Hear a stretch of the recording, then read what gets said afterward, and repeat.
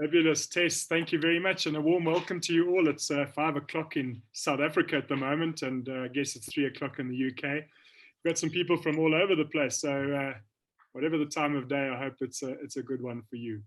And Idaho just joined us as well. Idaho, fantastic. Julie from Idaho. Oh, fantastic. That's good news. Good news. Well, pretty early for you, I guess, in Idaho, but good morning. Great to be, indeed. A good morning. So I thought I'd just bring in a quick slide from Africa, make you all a little jealous of where I was last week. But I think it will pertain a lot to today's topic, which is really about energy and how do we get higher levels of energy to sustain performance, or at least high performance. We always thought energy might have been a human construct, but I can tell you that when you walk into a breeding herd of elephants, you can feel a palpable sense of energy. There's an extraordinary energy that is within these breeding herds. They collaborate around the young, they put the bigger females out towards the protection, and it heightens one's sense of awareness. So a warm welcome. A little bit of background. I spent most of my life in a completely different country. And in that country, I could greet by saying only one of two things. It was either good morning, or if I was politically correct, I would say goeiemorgen in Afrikaans, or good afternoon and goeiedag. Those were the only two ways I could greet. I spent some time in China, of all interesting places, and I worked for an interesting business there called I Will Not Complain.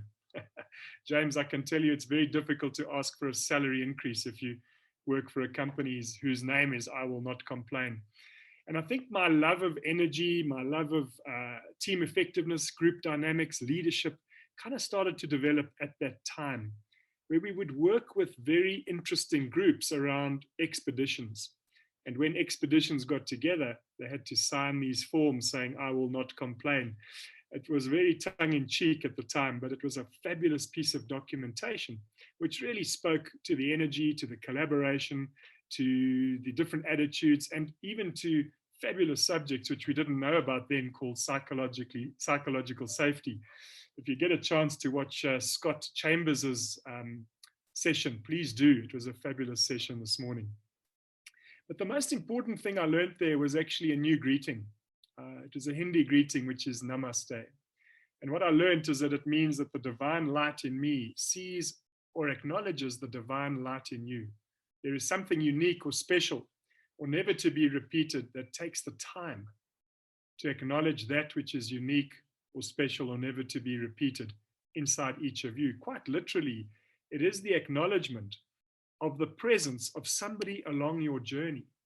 And so it struck me that something happens when we greet. If any of you were on the mingle session with Neil this morning, Rick Salmon came in right at the end. He kind of dropped the mic on all of us because he was talking about his time in Brazil with a tribe, and how rich they were in relationship, how rich they were in connection. And maybe for the first time in my new life, coming to a new South Africa, I realized that most of our sub-Saharan languages have a very similar context to the greeting.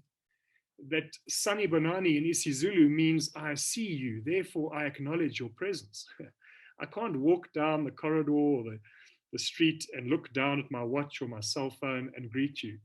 It means I see you, therefore I make eye contact and I see you, I fully present in the moment of the greeting.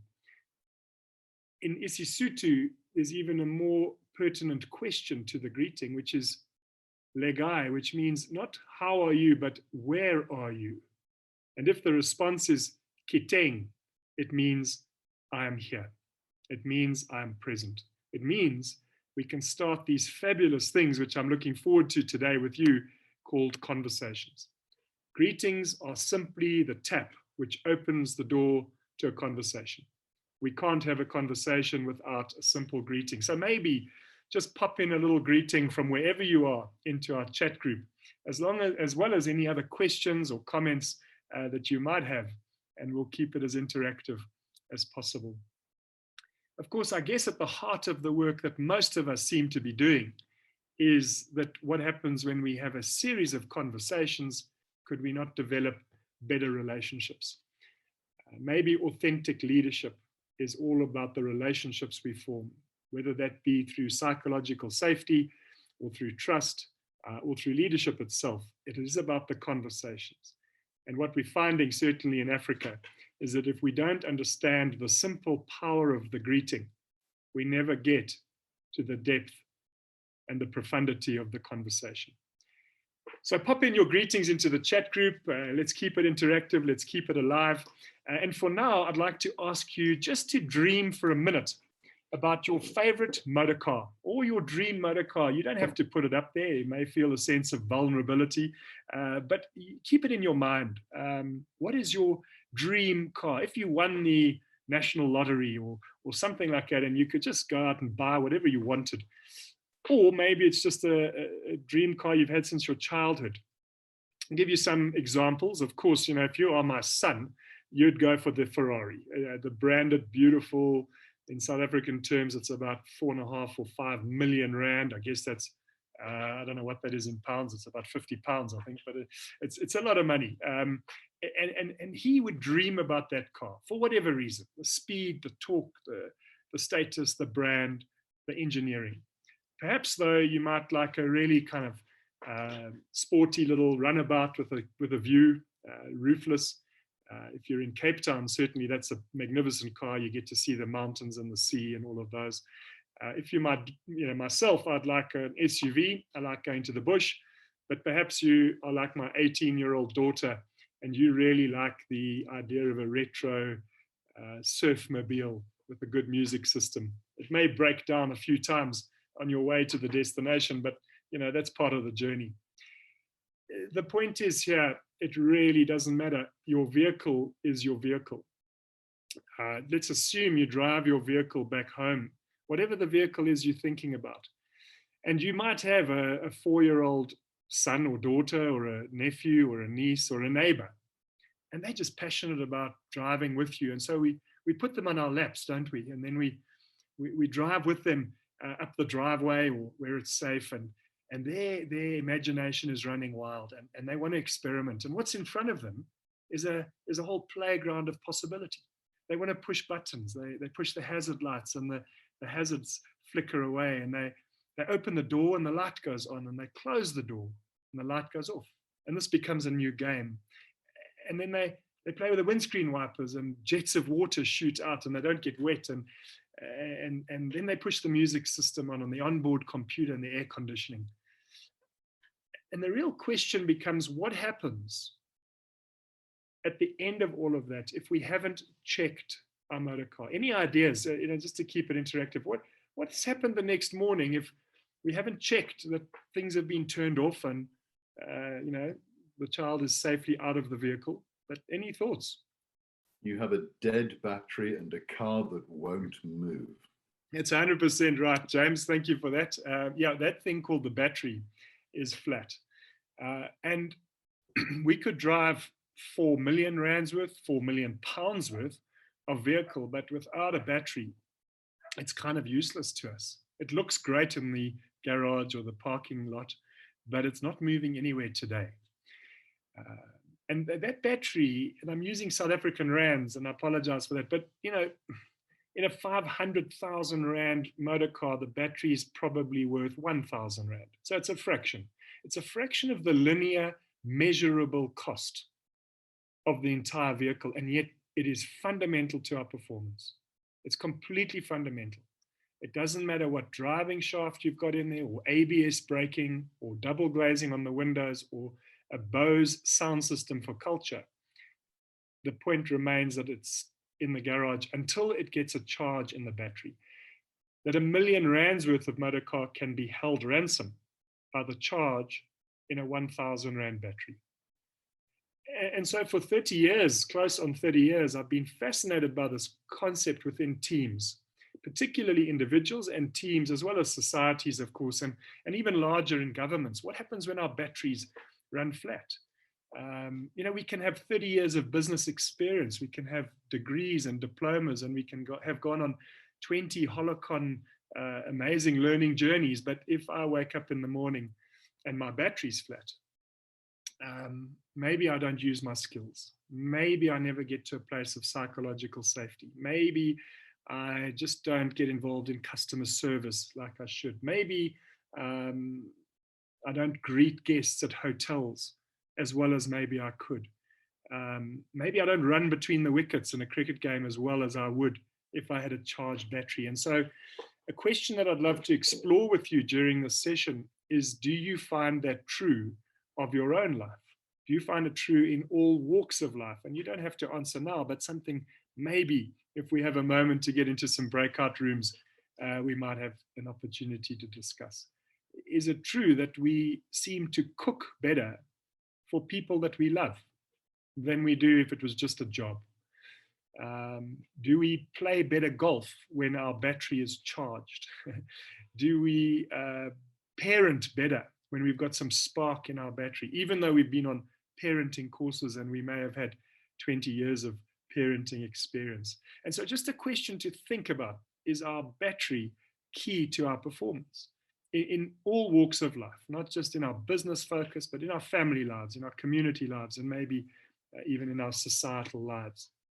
And so allow me to take you on a short journey of some possibilities that might just keep asking this question: how crucial is the battery to my performance?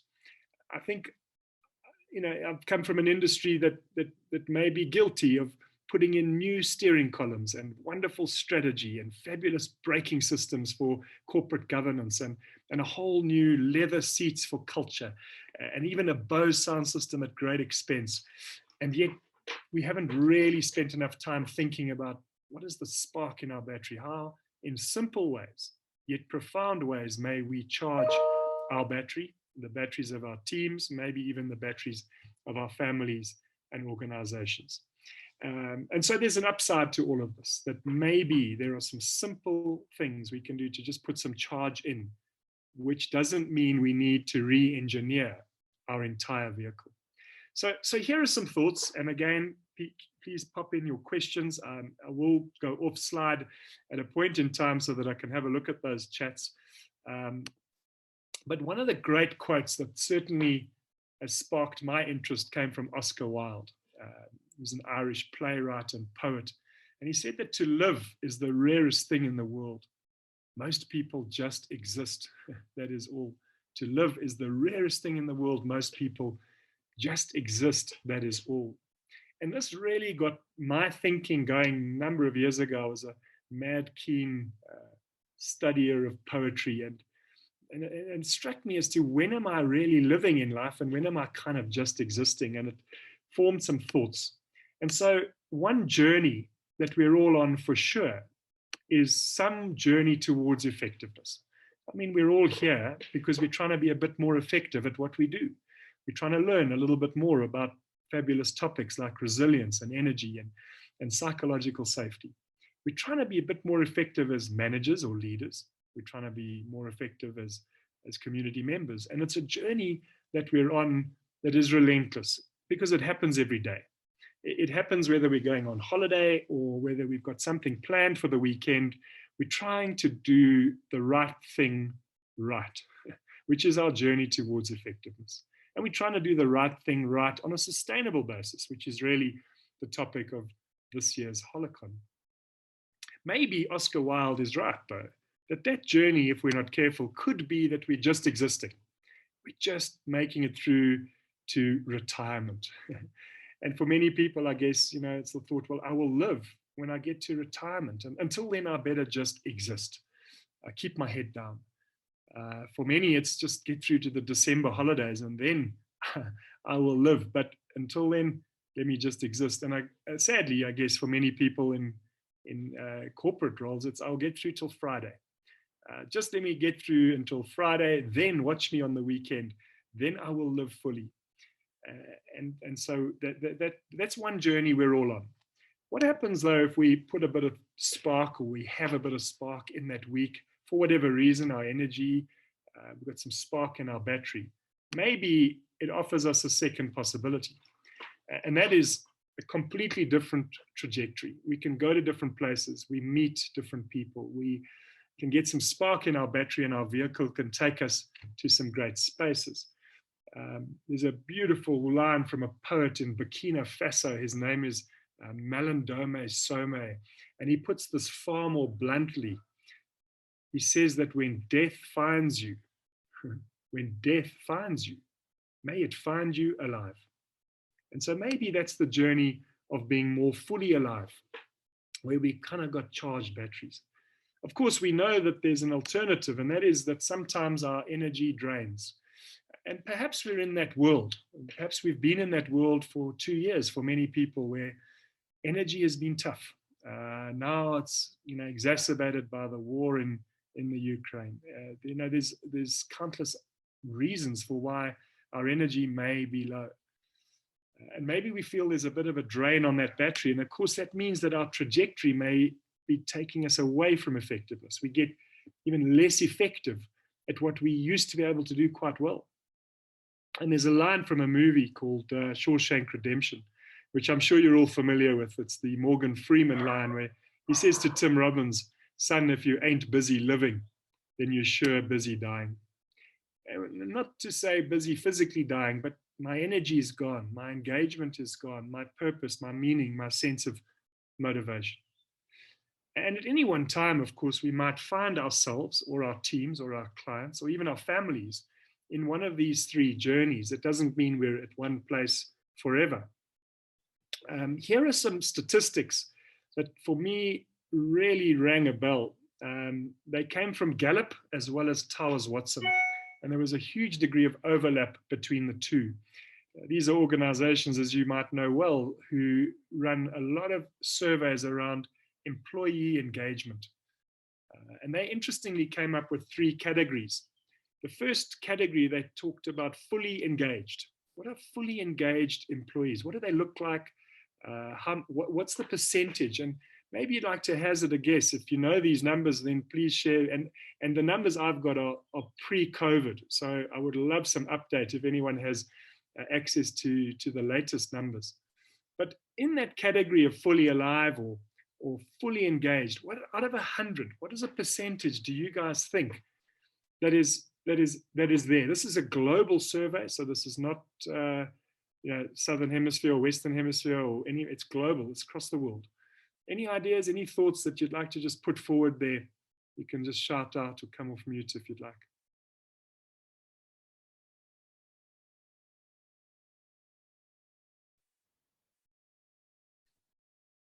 Any thoughts?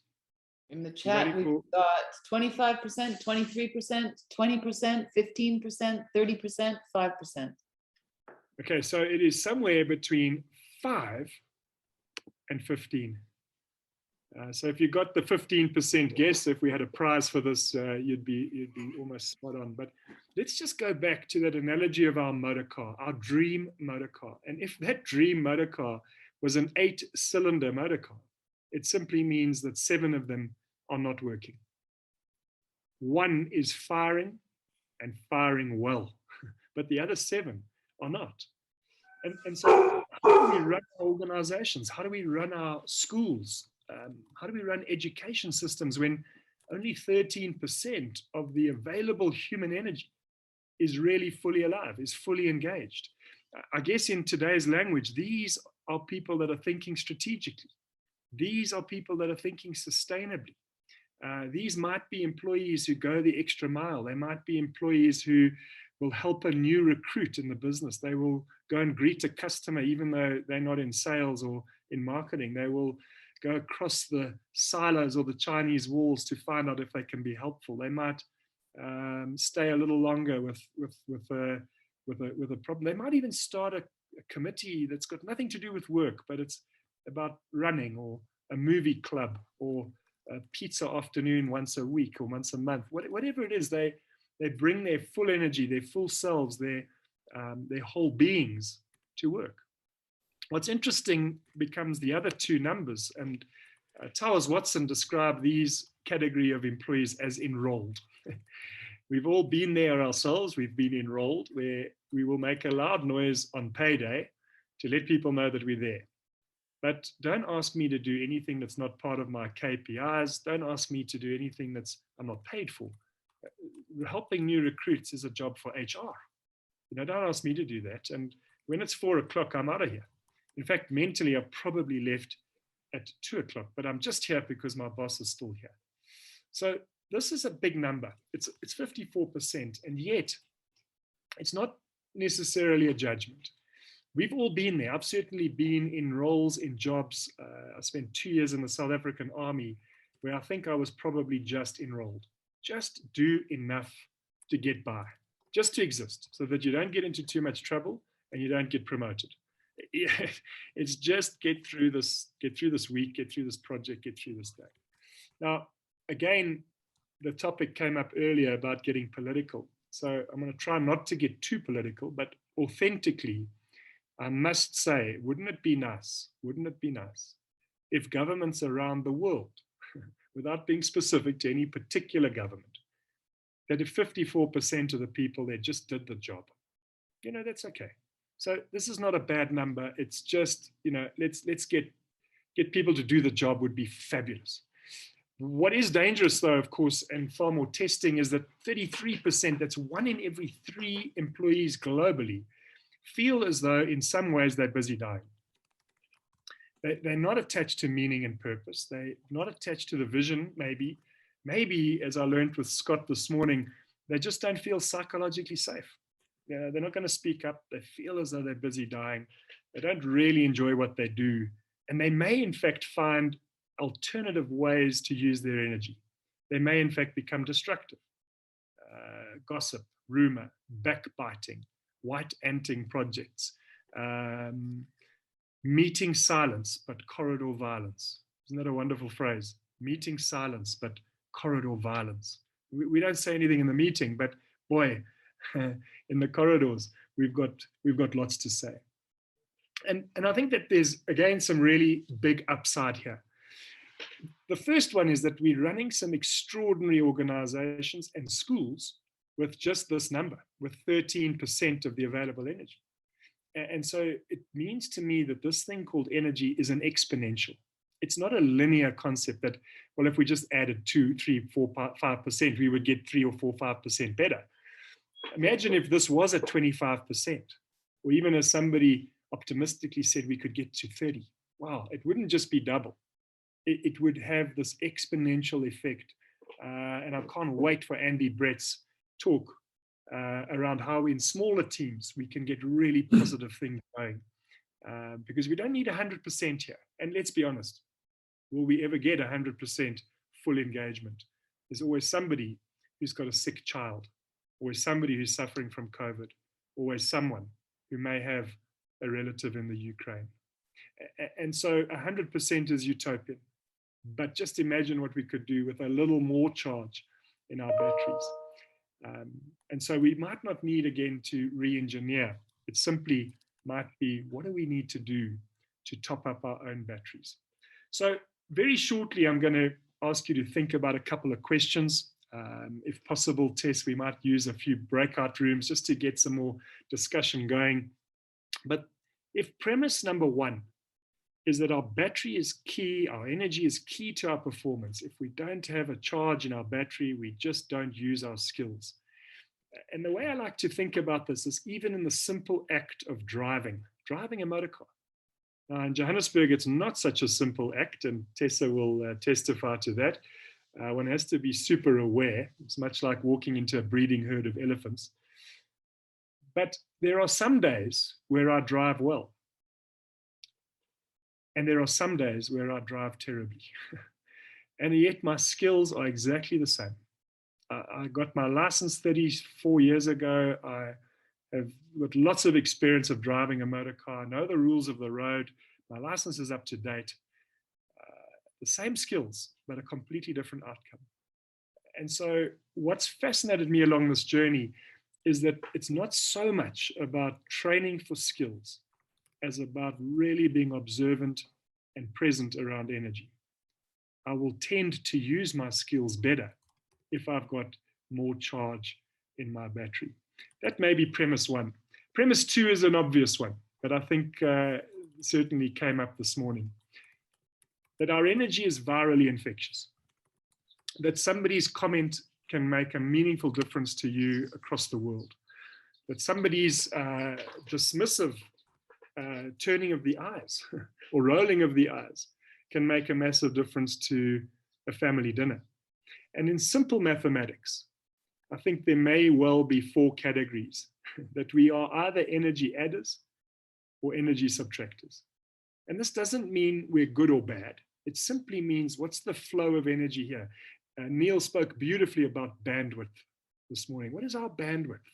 Not just for our own energy, but what is the bandwidth that we might have between people that are important to us?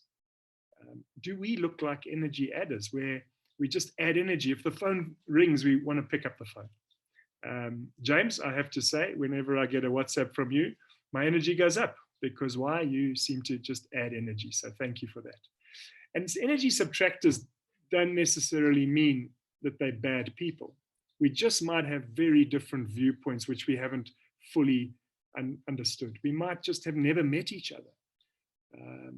I spent half my life in a country where I looked at almost the majority of people and I said they're all energy subtractors.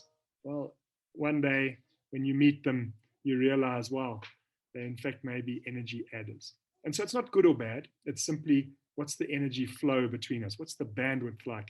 Now that's in a linear world where we have some adding and some subtracting. But again, I think beautifully put earlier, we live in this VUCA, non-linear, exponential world where we also get these things called energy multipliers. And the reason or the difference there is that they have this wonderful set of ears. They are able to multiply energy just through their ability to listen, to observe, to take note. They don't necessarily give us advice, but they are able to listen to us. And when we leave any interaction with them, our energy seems to be multiplied. What we do know as well, in that many corporate areas, we also have this phenomena called energy dividers, who might not just be subtracting energy, but who might in fact be dividing it, causing rifts, causing divisions within certain people or between certain teams. Again, it's not because we are good or bad. It's simply what's the state of our battery. And while it might be quite easy to look around and say, oh, I identify that person or that person as an energy adder or subtractor or multiplier, I think our real authentic leadership question is really, what's the face I'm bringing? How might others be seeing me in this moment? And that when I get home after a long day on Zoom, I am at home. But when I turn off my computer and I'm with my son, what's the energy I'm bringing? Am I bringing this exhaustion, the sense of I just have to collapse in front of Netflix, the sense of give me more CNN news reports? No, I need to watch read the newspaper. I can't engage with you, my boy. I'm too tired. Am I not then maybe subtracting or even dividing his energy? And so 2 premises to think about. 1, is my energy key to my performance? And 2, is my energy virally infectious? And so what I'd like to offer, Tess, is let's take 10 minutes, if possible. I think you're just going to be allocated into some breakout rooms. And I'd love you to share in those breakout rooms, what is it that you do that charges your battery? And that's what you're prepared to share. So where do you find your energy? And who might be critical in that as well? Are there some smiling faces or some energy adders or multipliers that you could identify right now, where your energy is just infectious? You just get a WhatsApp from them and your energy goes up. You feel a spark in your battery. So 2 thoughts. Where do you get your energy from? If you were driving a brand new Tesla motor car, right, you'd go to a charging station.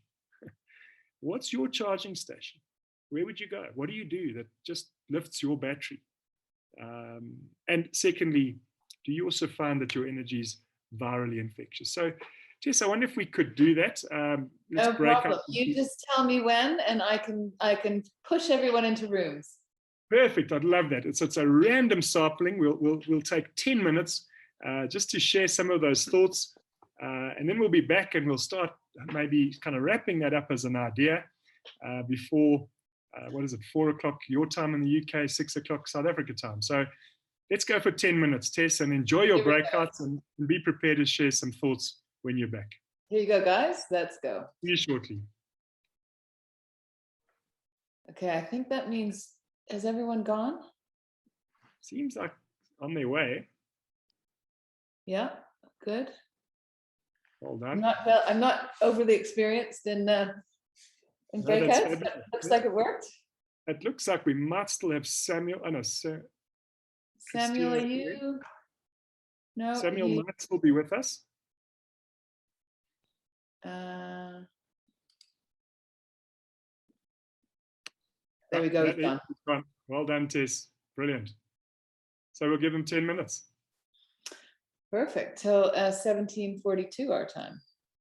100%. I'm just going to go and check the chat group. Okay.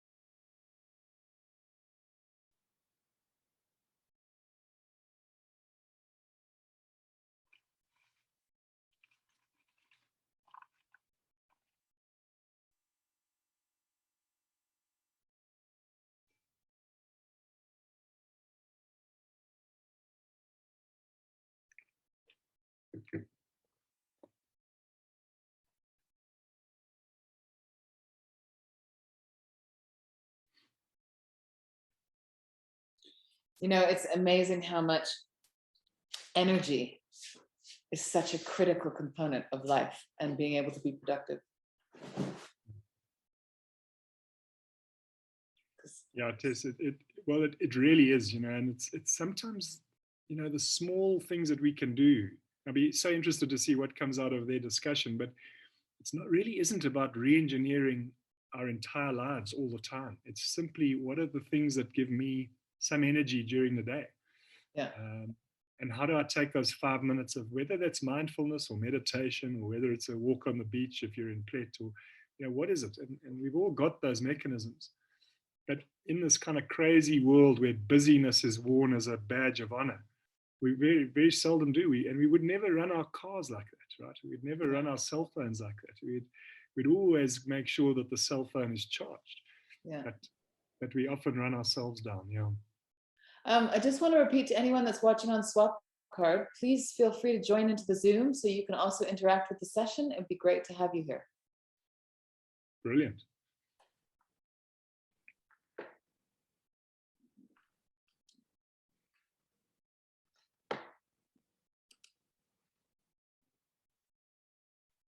We had a delegate the other day, Tessie, who said, "Jeepers, you know, what drains my battery is traffic."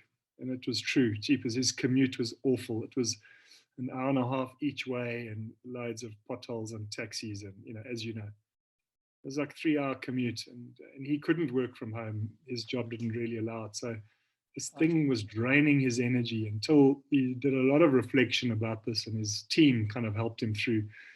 And he said, but, you know, one of the things I've absolutely loved but have no time for is poetry. Until the obvious connection was made, just, you know, hey man, here's some podcasts. We set you up with an account, and he listened to poetry for 3 hours every day. It's completely changed his energy. So, you know, these are small shifts, but you know, absolutely makeable. Yeah. And it doesn't take much, and it doesn't take much time. Yeah, it may not. I mean, clearly, if people have got major kind of energy issues, then of course there are mechanisms around that. But most of us really just need to be aware of it. Yeah. And to put a little bit in, yeah. Very cool. Now, I think do I stay on this to the mingle as well? I think I do. You do. Okay. So new people may come that weren't part of this particular. They might, yeah. Okay. Sometimes people just kind of move around. Perfect. And for the mingle, there are existing rooms that people can choose. Is that right? They can put themselves in there. Yeah, exactly. So we'll set it up so that they can choose where they want to go. Okay, fabulous. And you'll set up as many rooms as you might As we think have on it. people. Yeah. Okay, fabulous.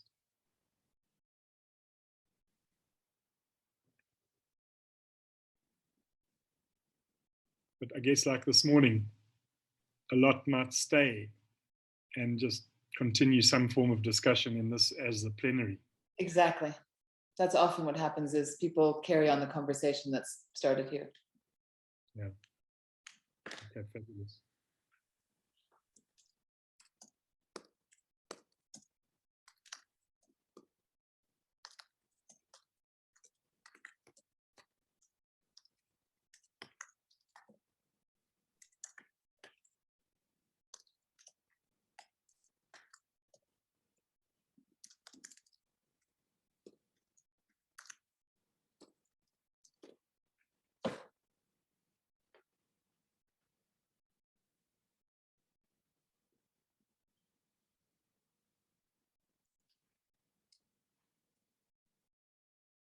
Kind of want to be in there with them. I know. Sometimes you wonder, like, what's going on? And there's never enough time, is there? But it's always good to get a taste of it. Yeah.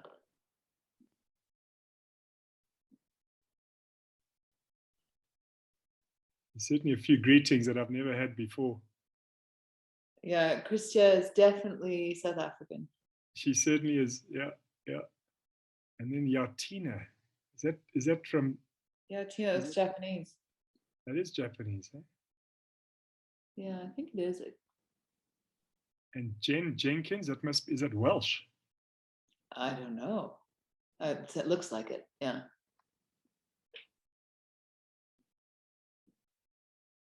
And then Chinese. Yeah. Okay, they've got 3 minutes. Perfect.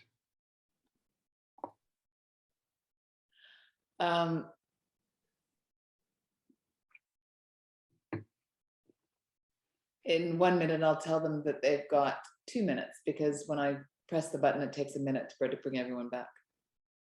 100%.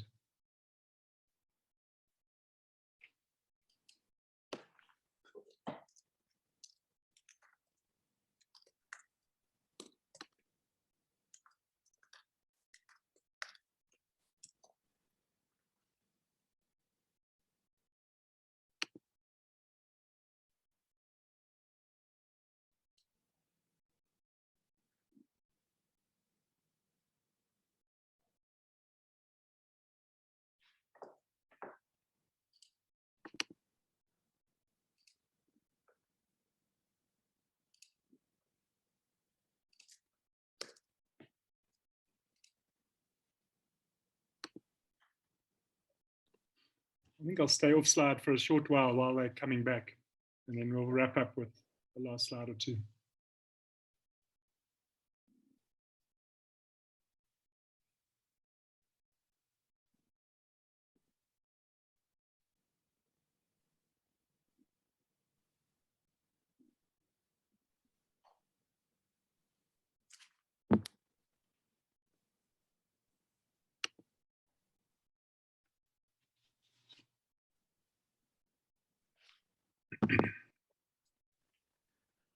Okay, they are on a 60-second countdown.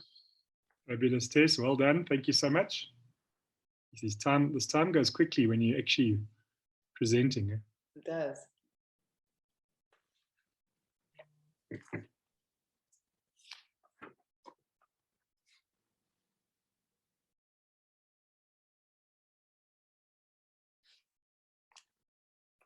definitely going to be watching these sessions Mm. instead of Netflix. Excellent. Here come the first few back from cyberspace. Welcome back. Welcome back, Coram. Yotina, welcome back, everybody. And Hello. while you're all coming back, it's I must thank you for your warm greetings. I mean, I've probably never had some of these greetings. Looks like is it a Japanese greeting? Is it Chinese greeting? I think, or is it Korean? I'm not sure. But gee, how wonderful! And then Jen, I have to ask you: is that Welsh? Is that a Welsh greeting? Yes, good spot. Wow. I wasn't sure if it was Welsh or just lots of wine, but well, sometimes it is a mixture of the two, to be fair, but not at this time of day. no, in South Africa, the little energy booster might be a glass of wine right now. Yeah, perfect. But not in a professional capacity, still there. But welcome back, everybody. I'd love to hear a couple of your thoughts. Where do you go? What do you do to charge your batteries? What do you do to re-energize, if you like, or recalibrate? Got a great comment on the chat group there. Thank you, James, about a car service. It's almost like where do we go to service our own vehicles? But what were your thoughts? Anyone welcome to kick off a couple of ideas, thoughts. We can always learn from these things. Well, I can add. So in our group, we talked about from walking in the nature to doing some sports, to play some drums, to connect with people that are like-minded and have good conversations. Yeah, so we really got into many ideas and many different practices. Fabulous, Celeste. Thank you very much. Anyone else that want to build on that from another group, maybe? In our group, we had discussed the people that can be energy multipliers, and it feeds into what Celeste just said. But you can also make these people. You can find them by having this connectivity. For example, I have a group in 15 minutes of people that they weren't that to me a year ago, but now they are that energy supply, even at 4 in the afternoon. Mm-hmm. And Samuel, just while we're on that, I mean, you said they weren't about a year ago, but they are now. So what changed? It's a group of coaches and people learning to coach. And so people who are able to break down, the walls that you don't notice you have, and then you can just connect on, like you say, a shared communication and level. Mm-hmm. And it's strange, like we don't do it intentionally to get energy out of it, but we always mention, I came in tired and I'm energized now. And those are relationships that you can create. Mm-hmm. Amazing that. So some sort of shared sense of purpose may have been the catalyst, right?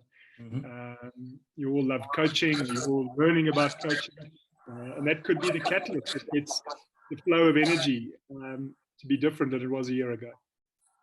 Brilliant. Fabulous. Any other thoughts about your charging stations or where you might go? We had a conversation about self-responsibility and about taking responsibility for making sure that you knew what your recipe is. Someone in our group used a lovely analogy of the recipe of what works for you, knowing what that is to have a go to and taking responsibility for it. And we also talked about when people perhaps don't have the energy, sometimes in a place where they've got stuck and they need some help.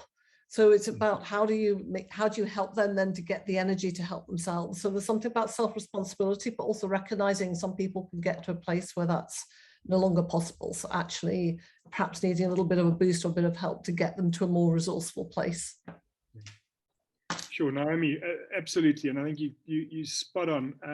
The first thought that comes to mind is that, my battery is my battery.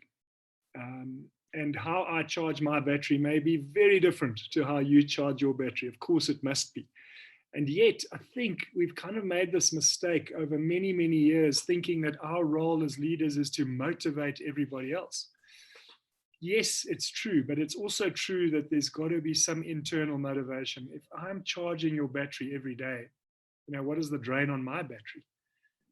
And fundamentally, if I'm not sustainable in myself, if I don't have a charge in my own battery, I cannot keep charging your battery.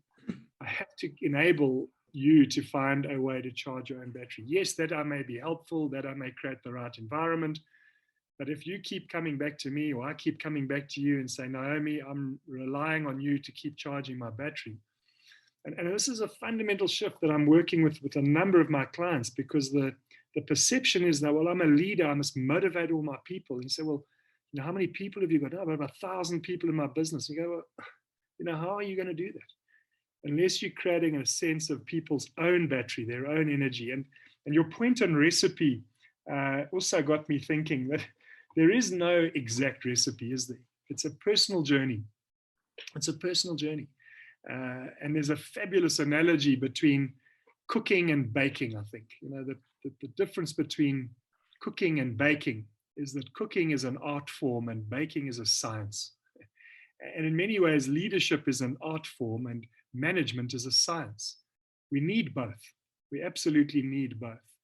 But where there's a recipe, we can follow the recipe, we can bake, we can manage. Where there isn't a recipe in this extraordinary VUCA world that we live in, and maybe it's not just a VUCA world, it's an e-VUCA world, which is, it's exponentially volatile, uncertain, complex, and ambiguous. There isn't necessarily a recipe, but I do know I need some charge in my battery, and your battery is your battery. So fabulous. Thank you for those thoughts, Naomi. Great contribution, and thank you to your team. Anybody else that wants to add from their thoughts in the breakout room before our last 10 minutes together? Our group talked something about music, because two of us also both use music as a kind of battery charge station. And so we think that the music can activate your brain to, make you feel happy, some kind of happy music, and also the concentration when you are producing the music. So not only listening, but also when you're dancing, you're singing, you got the concentration, and that spares you from spreading your energy all the time for different kind of needs. And that moment will actually give you a moment to recharge. And also you get like a self-satisfaction if you have sing a piece and it was nice, or you have learned a new routine in your dance. And this satisfaction also helps to gain your positive energy. Sure. That's our thoughts. Yeah, Tina, thank you. Absolutely. I mean, music for many people is an absolutely energizing booster, charging station. I guess, Celeste, as you said, drumming, you've got to be a little careful that your drumming doesn't impact on your neighbor's energy a bit. But it's electronic. It's electronic, so no problem. Yeah, Tina, I'm no expert in the neuroscience of this thing, but I'm working with a lot of neuroscientists around this concept of energy. And constantly they keep telling me that when we engage in these kinds of things, these thoughts, these activities, music, walking the dogs, meditation, mindfulness, whatever, that they produce neurotransmitters. And these are very positive in our minds. They're called dopamine and serotonin and oxytocin. And when we aren't, we produce this thing called cortisol. And cortisol drives fear, and it drives fight, flight, or freeze responses. Whereas all the others produce feelings of belonging, feelings of happiness, feelings of inspiration, feelings of creativity. And so whether that's music or whether it's walking around the park, we need to find these things for ourselves. But thank you. Jessie, I think, was it Janine, not Jessie, Janine, I think had her hand up. Hi, yeah, I was just kind of picking back on a couple of the amazing points. So Naomi, couldn't agree more in terms of it is about ownership and self-management and not being reliant on other people necessarily to give you what you need to manage your energy, or to, like you were saying, Steve, about sort of leaders understanding that, self-motivation comes from within, so it's up to a leader to understand what their teams need to energize themselves. And that is, again, pun and James, individually driven. When we think about the car scenario, what we need as individuals is going to differ from one person to the next. So as a leader, it's fundamental to understand what maybe your teams need to help energize them, I use an energy really as a way of kind of tapping into that kind of self-care, that self-management of the things that you need, be it physical, mental, social, emotional, all those kind of psychosocial factors. But whatever it is that you need, making sure that you have time in the day to make sure that you are doing them, because like the car battery, it will run flat if you're not taking time. Now, whether that's first thing in the day, last thing in the day, regularly throughout the day, whatever works for you, it's individually driven, but being mindful of what you need and then making sure beyond that you're doing that to protect that energy and to protect what you need for optimum performance, whether that be in your personal life, professional life, or both together, as the case may be for many. Fabulous. Janine, thank you for that, because I think what you do beautifully there for me is you bridge it from this individual journey into a team journey. And some of the great discussions I'm having with my clients is simply about what's the state of our team battery. You know, going through COVID right now, going through supply chain issues, going through certainly a country that's still struggling with racial tensions. We're still struggling with load shedding and power supply, but yet there's this extraordinary spark in many, many people. And so how do we bring that spark back into the workplace and have those honest, authentic discussions around what is draining our battery here, without being labeled in any particular way, but simply around the concept of our battery. If our battery is a team battery, what's draining it? What conversations are draining it? What lack of psychological safety may be draining it, but also what meaning and purpose might be really charging it up. And I think when we're starting to see those things, we certainly get to higher levels of performance. We seem as our teams to be more fully alive and less busy dying. So thank you very much for that. James, James, wonderful. You got your hand up, and then I'll close with a few thoughts towards the end. I've just discovered how to put my hand up. I've been looking for the last 10 minutes. I found it. So I had an observation and question, and it's a question for the group, and it's to do with the relationship between people's self-esteem and self-confidence and the amount of energy they carry. And the reason I say that is, having worked a lot with primary school teachers, and Steve, you were talking about how we teach children with sort of a tiny amount of energy.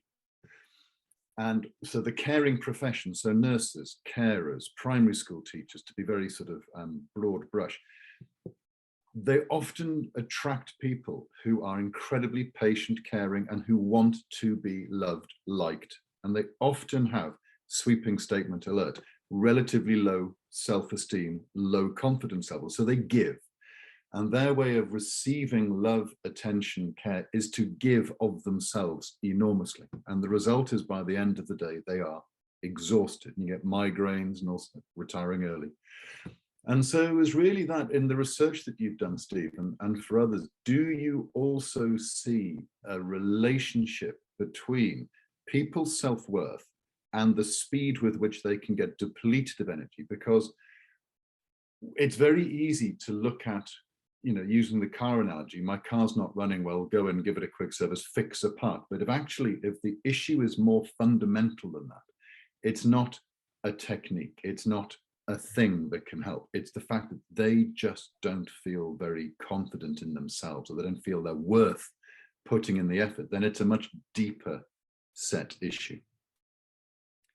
Yeah, James, certainly our research would point to that for sure. And that is that there is a fundamental link between my own sense of self-worth or self-esteem, the battle that we fight between our real me and the ego I. And that's a subject for a whole new webinar, I guess. But I think it was E.E. Cummings, the poet, who said that to be no one but yourself in a world trying hard to make you just like everybody else is to fight the hardest battle there ever is or ever will be. And so where there's this dissonance between the real authentic me, and again, this loops back beautifully into authentic leadership, and the person I'm trying to portray, or the person that I'm trying to pretend to others, that if I'm trying to be this caring, giving person all my life and I'm not getting something back, then there is this massive dissonance and electrical charge, if you like, that we could lose or leak. So yes, to answer your question, there is, and for sure, fundamentally, that if I've got a major energy issue, it's not just technique driven. I may need some real help. I may need to go on more of a journey. It opens up the doors to coaching in a massive way about how do I coach and help people discover the spark that is going to drive them. And if they are genuine and giving and constantly on that path, what are they doing to get something back? That it is absolutely relevant. But on that point, James, I thought just to close up, and thank you for kind of leading me in. I'll skip one slide here, but this really is just that there's a fundamental link again between our personal energy and however we choose to measure our bottom line, that it has an impact through our ability to lead others.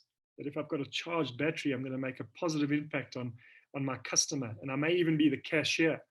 And that customer then, feels an organizational energy and they come back. And so 3 thoughts just to close off, because I know our hour is nearly done. That sustainable personal energy comes from many places, but here are 3 ideas. The first is this enigma called balance. We just know that when I'm in balance, a little more, my energy goes up.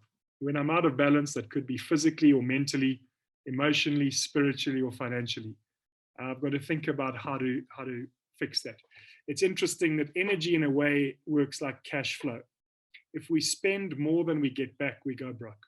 And maybe, James, to your point, if I'm spending more energy and I'm not getting it back, I may feel broke at the end of it. Yet we allow people to get away with stealing our energy. We don't allow them to get away with stealing our cash.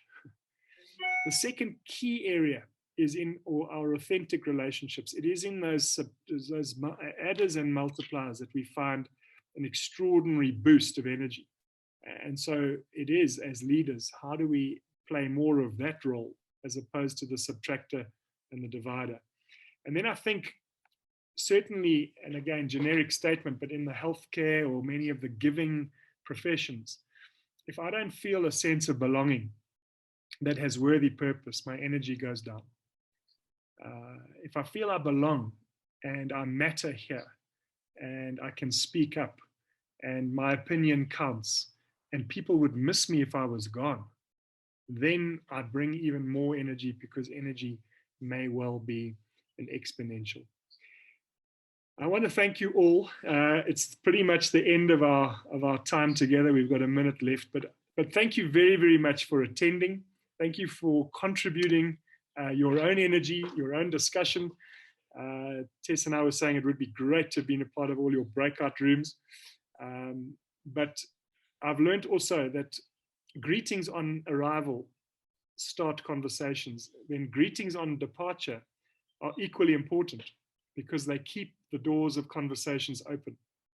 And there's a beautiful, beautiful greeting in the language of Zulu, isiZulu, which is Abake Babonana, Bayopinde Babonane Futi. And what it means is that those of us that have seen each other will surely see each other again. Those of us that have seen each other will surely see each other again. It means our paths will cross, and I, for one, look forward greatly to when our paths will cross once more. Tess, thank you for producing, and thank you very much to all of you for bringing your spark of battery into the conversation.